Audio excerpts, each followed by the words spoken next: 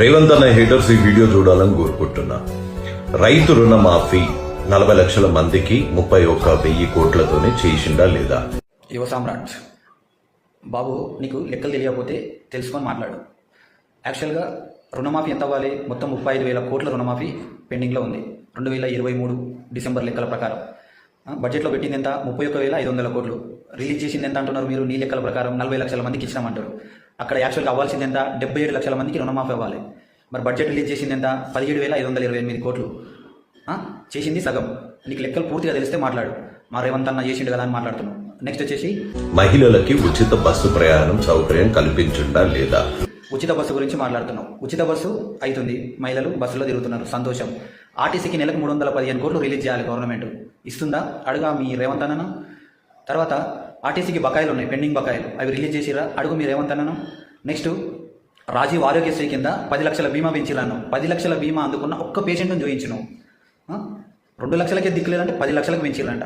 ఆడ పిల్లలకి, ఇంజనీరింగ్ పిల్లలకు ఫీజు రీఎంబర్స్మెంట్ లాస్ట్ ఇయర్ ఇంకా రిలీజ్ చేయాలి. అది అడుగు మీరు ఏమంటాను. జైరాబాద్ లో హుండై లాంటి కంపెనీ ఆపరేషన్స్ స్టార్ట్ చేసిందా లేదా? నెక్స్ట్ జైరాబాద్ లో హుండై ప్రాజెక్టు వచ్చిందా లేదా? హుండై ప్రాజెక్ట్ ఎప్పుడు వచ్చింది, అది ఎంఓయూ ఎప్పుడైంది, అవన్నీ తెలుసుకొని మాట్లాడు. నెక్స్ట్ మహిళలకి ఇస్తాన్న 2,500, కళ్యాణ లక్ష్మి పథకం కింద తులం బంగారం, స్కూటీ, రైతు భరోసా ఇప్పటికీ 4 కిస్తా రావాలి. నెక్స్ట్ రేపు జూన్లో రైతు భరోసా రావాలి.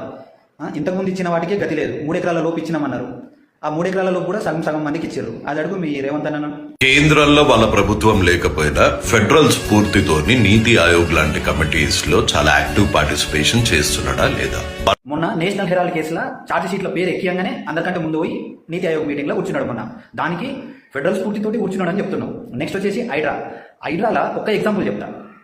మొన్న ఒక దగ్గర ఒక వైన్స్ ఉంది, ఒక మెకానిక్ షాప్ ఉంది. హైదరాబాద్ వచ్చేసి ఇద్దరికి నోటీసులు ఇచ్చారు. తెల్లారు వచ్చేసి ఆ మెకానిక్ షాప్ని ఊలగొట్టారు, కానీ పక్క వైన్స్ని ఊలగొట్టలే. ఎందుకు ఊలగొట్టలే? ఇంకో ఎగ్జాంపుల్ చెప్తా. ఇదే హైడ్రా కింద పేదోళ్ళ ఇల్లు ఊలగొడుతున్నారు, పెద్దోళ్ళ ఇల్లు మాత్రం అలాగే ఉంటున్నాయి. మీరేమంత అన్న వాళ్ళ అన్న తిరుపతి రెడ్డి దుర్గం చెరువు పరిధిలోనే ఇల్లు ఉంటుంది. నోటీసులు ఇచ్చి 4 రోజులలో దాన్ని ఊలగొట్టాలని చెప్పారు. నోటీసులు ఇచ్చి కూడా ఇప్పటికీ 8 నెలలు అవుతుంది, ఇప్పటిదాకా ఊలగొట్టింది. పొంగులేటి శ్రీనివాసరెడ్డి చెరువు మధ్యలోనే ఉంటుంది. తర్వాత పట్నం మహేందర్ రెడ్డి గండిపేట చెరువుకు నీళ్ళ కానుకునే ఉంటుంది. వీళ్ళందరూ ఎందుకు ఊలగొట్టట్లేదు? హైడ్రా పెద్దోనికి ఒకలాగా, పేదోనికి ఒకలాగా పనిచేస్తుందా? ఇవన్నీ అడుగు మీరు రేవంత్ అన్నని.